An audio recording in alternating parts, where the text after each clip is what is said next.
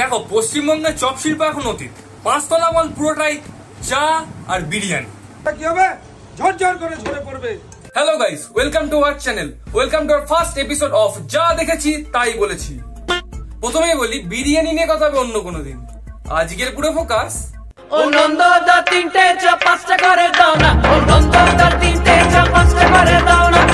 দেখো অধিকাংশ মানুষই রয়েছে যারা সকাল বিকেল সন্ধ্যে রাত্রি সবসময় চা খায়। হাগা হচ্ছে না, চা খাবো। ঠান্ডা লাগছে, চা খাবো। গরম লাগছে, চা খাবো। বৃষ্টি হচ্ছে, বৃষ্টি তো হচ্ছে না, ঠিক আছে তাও চা খাবো। আর এদের জীবনের মূল লক্ষ্যই হলো চা খাওয়া। আর এর মতো কিছু পেছন পাকা 30-40 কিলোমিটার চলে যাবে চা খাওয়ার জন্য। কেন? কারণ ওদের বাড়ির চা ভালো লাগে না। দেখো মূলত চা হলো দুই প্রকার, ছেলে চা আর মেয়ে চা। ভাই চটি মানে মানে লিকার চা আর দুধ চা। ঘটি বেঁকিয়ে দেবো জানিস। কিছুদিন আগে আমরা এক চায়ের দোকানের সন্ধান পাই, সেখানে কিনা লঙ্কা চা, রসগোল্লা চা, বিরিয়ানি চা আরো অনেক চা পাওয়া যায়। কিন্তু সেই কাকাকে দেখে ইন্সপায়ার হয়ে আমাদের ইউটিউবের কিছু ব্লগার কাকিমা তাদের নিজের রেসিপি বানায়। চলো দেখাচ্ছি। আমি কখনো ভাবতেই পারিনি যে মাছ দিয়ে চা বানানো যায় আর চা এত টেস্টি হয়। তো দেখো আমি একটা ট্যাংরা মাছ দিয়ে চা বানিয়ে নিয়েছিলাম। যেহেতু ট্যাংরা মাছ দিয়ে চা, ওই যে ওই যে ওই যে পালিয়ে গেল। আর জানি তো পালাবে, এই চা খাওয়া যায়? তো আমি টেস্ট করে দেখি, এত কষ্ট করে বানিয়েছি বলে কথা। তো দারুণ টেস্টি হয়েছিল। হ্যাঁ, মুখ দেখাই বোঝা যাচ্ছে খুব টেস্ট।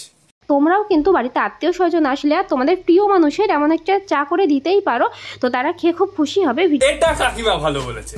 আপনাদের বাড়ির যেসব আত্মীয় বা প্রতিবেশী যারা দেখতে পারেন না কিন্তু মাঝে সাঝে আপনাদের বাড়িতে চলে আসে, তাদেরকে এইটা করে খাওয়াবেন। আমি 100% গ্যারান্টি দিয়ে বলছি আপনার বাড়িতে আর জীবনে আসবে না। সঠিক বলেছেন, আপনার বুদ্ধি ভালো। নেক্সট। আমার কাছে তো পুঁটি মাছ ছিল না, আমি মাছের লেজই নিয়ে নিলাম। এখন মাছের লেজটা আমি চায়ের মধ্যে ভালোভাবে মিশিয়ে দিচ্ছি। আমি চামচ দিয়ে মাছটা উঠিয়ে দেখিয়ে দিচ্ছি। মাছের কি সুন্দর একটা চা চা কালার চলে এসেছে, দেখতেই পাচ্ছেন। মাছের চা চা কালার? আরে এই চা খেলে তো গলায় কাঁটা ফুটবে। বলেন কি? মাছের চা খাবো আমি, ভীষণ এক্সাইটেড। আর দেখো পুরো শোপিসের মতো লাগছে, এত সুন্দর লাগছে। আরে শোপিস যখন, খাওয়ার কি দরকার, সাজিয়ে রাখো। আচ্ছা ভাই বলছি, মেনুতে আর কিছু নেই?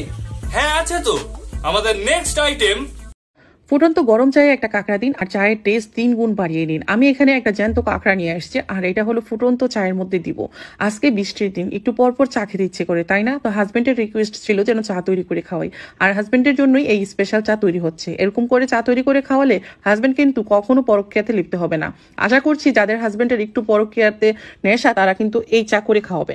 তাহলে বুঝতেই পারলেন, আমরা আর কি বলবো, কাকিমা নিজেই বলে দিয়েছে এটা কিন্তু চা না, এটা কাকিমার ওষুধ। আর একবার যদি খান,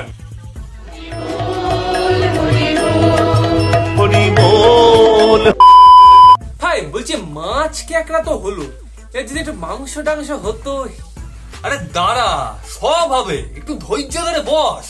চারদিকে গোলাপ ফুলে পকোড়া, অপরাজিতা ফুলের মোমো দেখার পর আমার মনে হচ্ছে যে আমার মাংস চায়ের রেসিপিটা তোমাদের সাথে আজকে শেয়ার করি। তো এই এমন এক চা আমি জানি তোমরা আগে কখনো খাওনি। তো চলো রেসিপিটা দেখে নি। তো প্রথমে নিয়ে নিতে হবে একটা ক্যান, আর তার মধ্যে নিয়ে নিতে হবে পরিমাণ মতো জল। তারপর দেখতেই পাচ্ছ আমি কিন্তু গ্যাসে বসিয়ে দিয়েছি। তারপর একটু জলটা গরম হতে আমি ছেড়ে দিলাম একটা মাংসের টুকরো। তো আমি কিন্তু এখানে একটা পাঠার মাংসের টুকরো নিয়েছি, আর এখানে চাইলে মুরগির মাংসের টুকরো কিন্তু না যেত। তো দেখতেই পাচ্ছ আমি কিন্তু ভালোভাবে নাড়াচাড়া করে নিচ্ছি। তারপর দিয়ে দিলাম পরিমাণ মতো চিনি। হ্যাঁ, চা বানাবো আর চিনি দেবো না তাহলে তো টেস্টটা আসবেই না, তাই না? তারপর দেখো আবার ভালোভাবে নেড়ে নিতে হবে। তারপর তোমাদের চলো দেখাই, দেখতেই পাচ্ছ মাংসটা এখনো ঠিকঠাকভাবে সেদ্ধ হয়নি। তারপর দিয়ে দিলাম চা পাতা। এবার চা পাতা দিয়ে নাড়াচাড়া করতে করতে মোটামুটি মাংসটা খুব ভালোভাবে সেদ্ধ হয়ে যাবে। তো তারপর চলো দেখাচ্ছি, এই দেখো কতটা মাংসটা জুসি হয়েছে, আমার তো এখন দেখেই লোভ লাগছে। তারপর চলো একটা কাপে ঢেলে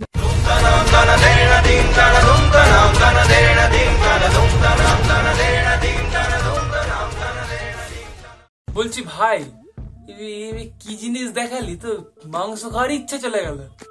একটু হাইজেনিক কিছু হবে না? অবশ্যই। আজকে বানাবো জবা ফুলের দুধ চা। সেই জন্য আমি বাজার থেকে 20 টাকার মতো জবা ফুল কিনে এনেছি। এরপর জবা ফুলটা ভালো করে ধুয়ে নিয়ে শুধু পাপড়িগুলোকে ছাড়িয়ে নিয়েছি। এরপর একটা বড় পাত্রে জল নিয়ে জবা ফুলের পাপড়িগুলো দিয়ে ভালো করে ফুটতে দেবো। বলছি খাবি এই হাইজেনিক চা? না রে ভাই, আমার দরকার নেই ভাই। গরু ছাগলও জবা ফুল খায় না। আরে এরা কি রে ভাই, এই কোন দিন দেখবো গাছ থেকে পেরে জবা ফুল খাচ্ছে। জবা ফুলের গুলি শেষ।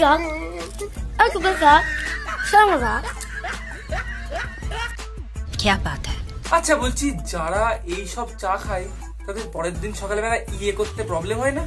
কি করে বলবো, আমি তো আবার এসব চা খাইনি কোনোদিন। তো আজকের মতো এতটাই। ভিডিওটা ভালো লাগলে অবশ্যই লাইক করবেন আর কমেন্টে জানান কোন পার্টটা বেশি ভালো লাগলো। আর এইরকম চা যদি না খেতে চান তো আমাদের চ্যানেলটাকে সাবস্ক্রাইব করবেন। দেখা হচ্ছে পরের ভিডিওতে, বাই।